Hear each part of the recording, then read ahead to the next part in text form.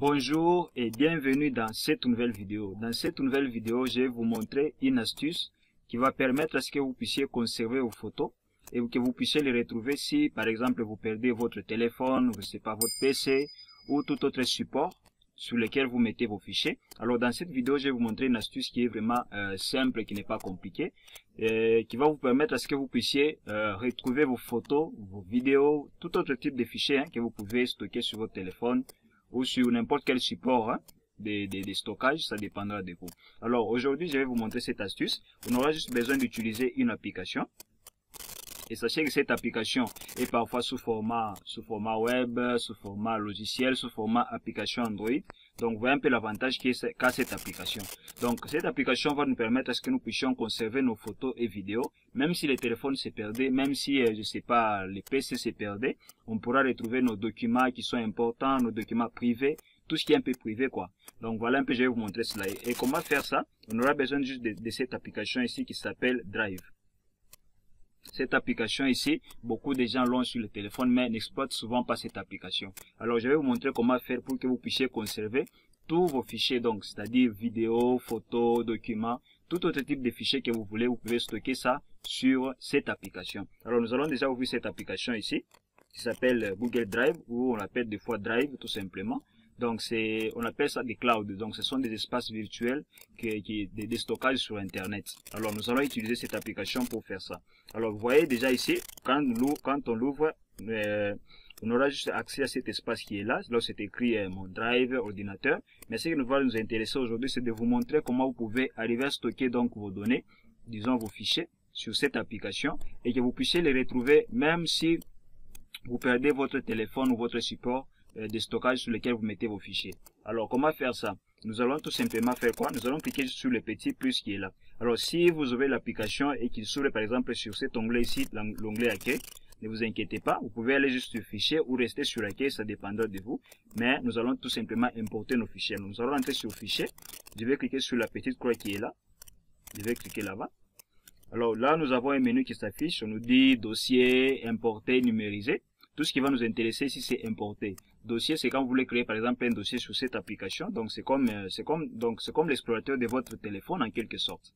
Donc ce qui va nous intéresser, c'est quoi? C'est importer tout simplement les fichiers. On va faire importer. Voilà.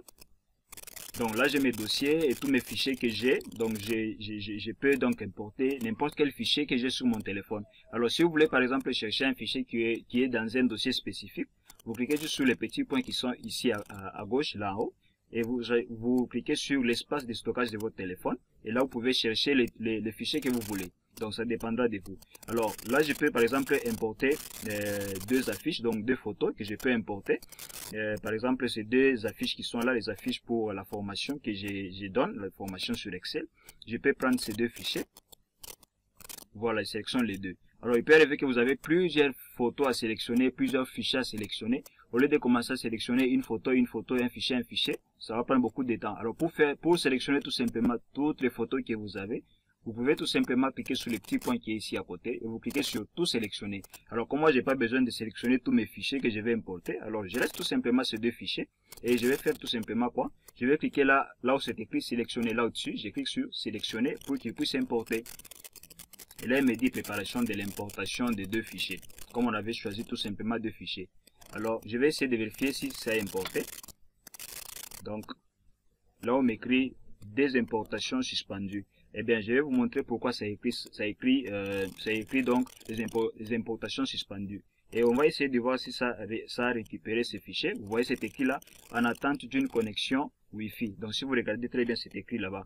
Eh bien, pourquoi est-ce que ça fait ça? Tout simplement parce qu'il y a un paramètre qui est activé sur cette application, de manière à ce qu'il puisse importer les fichiers uniquement lorsqu'il y a la connexion Wi-Fi. Alors, nous allons désactiver ça. Nous allons juste sur les trois points qui sont ici à gauche, là en haut. Je clique là-bas. Je vais aller tout simplement dans paramètres. Je descends là en bas. Là où c'est écrit transfert uniquement en Wi-Fi. Je désactive cette option. Je fais OK. Voilà. Et là, je peux rentrer en arrière. Là, je peux donc enlever ces fichiers ici. Je peux les enlever. Donc, je peux enlever l'autre fichier qui est là. Voilà. Et là, je peux recommencer l'opération. Et je fais ça. Je clique sur le petit plus comme on l'a fait. Je fais importer. et j'ai choisi les fichiers que je voulais importer. Les deux affiches ici, je sélectionne la première affiche et la deuxième affiche et je fais sélectionner. Voilà, là il dit préparation de l'importation et je vais voir comment ça évolue ici. Donc là on attend pour voir un peu comment ça va réagir, s'il va importer, parce que la première fois lorsqu'on a essayé ça n'a pas marché. On va essayer de voir. Voilà, là on me dit deux fichiers importés. Donc vous voyez, il vient d'importer mes deux fichiers et là je peux vérifier tout simplement en actualisant tout simplement. Donc vous glissez tout simplement sur votre écran et il va actualiser, récupérer tout ce qu'il a importé. Donc vous voyez, les deux affiches sont là. Si vous pouvez, je peux même les sélectionner pour que vous puissiez voir.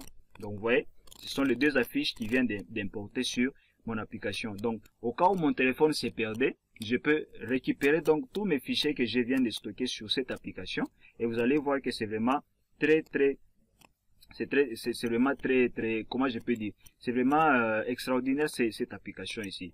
Vous allez pouvoir donc conserver vos vidéos, vos fichiers, c'est pas vos photos, les mariages, des fêtes, vous pouvez les conserver sur cette application. Et sachez que lorsque vous voulez utiliser cette application, vous devez avoir un compte Gmail. Mais surtout, faites attention de ne pas oublier votre mot de passe et votre compte Gmail. Parce que si vous oubliez cela, lorsque vous allez vous connecter sur cette application avec un autre compte Gmail, vous n'allez pas retrouver vos photos, donc vos fichiers, vous n'allez pas les retrouver. D'où il est nécessaire vraiment de retenir votre mot de passe des comptes Gmail, mais aussi de retenir votre compte Gmail. Parce que la majorité des gens, lorsqu'ils installent, par exemple, ils mettent leur compte sur le Play Store, et bien ils oublient les mots de passe. Et sachez que cette application détecte automatiquement, lorsque vous connectez votre compte Gmail sur votre téléphone, sur Play Store, sachez que vous aurez donc, cette application va détecter automatiquement votre compte Gmail. Voilà pourquoi c'est nécessaire de retenir votre mot de passe. Retenez cela parce que ça va vous permettre, lorsque vous aurez un nouveau téléphone, lorsque vous allez connecter votre compte Gmail, sachez que vous allez retrouver toutes vos photos, toutes vos vidéos et tout autre type de fichiers que vous avez stockés sur cette application. Donc, si vous avez des difficultés par rapport à cette astuce ici, n'hésitez pas surtout à me l'écrire en commentaire.